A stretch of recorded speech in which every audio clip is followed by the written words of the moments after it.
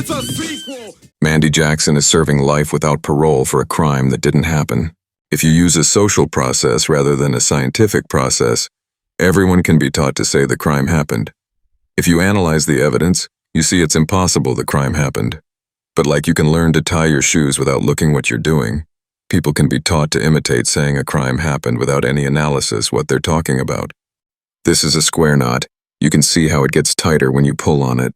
Now we add the loop back to pull it undone. The point is, someone told me how to tie my shoes, and I imitated it for 50 years without ever thinking about what I was doing. John Grisham tells how cops invented that someone committed a crime, but his DNA didn't match.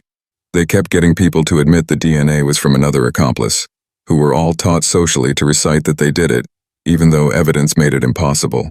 Witnesses said James Mulrennan jumped off a balcony. Some people involved in business with Mulrennan never got their money because he was dead. The person who kept their money told them it was robbed. They saw Mandi on video with Mulrennan, so they invented that Mandi robbed the money. A cop found some bloody duct tape. It was later discovered Mulrennan was shot in the leg.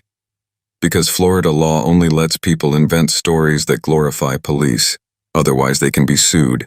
The Orlando Sentinel invented that Mulrennan had been tied up, robbed, and shot while trying to escape. Witnesses who saw Mulrennan jump changed their story to say he was fleeing a gunshot. Police once invented that Mandi had GHB, but the crime lab later said police were wrong. People around town invented that Mandi drugged Mulrennan with GHB for the purpose to rob him. They let dangerous felons out of prison as a reward for saying Mandi confessed that she drugged Mulrennan with GHB, tied him up, robbed him, and shot him when he tried to flee over the balcony. The money, they said, was robbed, never left the bank.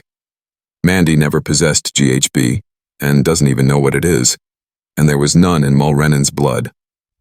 Evidence contradicts Mulrennan being tied up, and only fits someone making a field dressing and tourniquet. Mulrennan sat on the sofa and tried to dress his own wound after he was shot. The shot while fleeing narrative is impossible.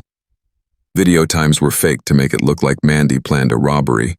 DNA evidence was faked to make it look like Scott Love was caught with bloody gloves. The bullet evidence was so tampered, they threw it away and charged Mandi with robbery no firearm. 17 witnesses testified socially encouraged lies contradicted by physical evidence. Everything was socially invented as necessary to fit the story that Mandi robbed Mulrennan. Finally, Mandi tried to get out of jail by agreeing to say Scott tied up Mulrennan and robbed him. Finally, Scott admitted to tying up Mulrennan to help get Mandi out of prison for something that didn't even happen.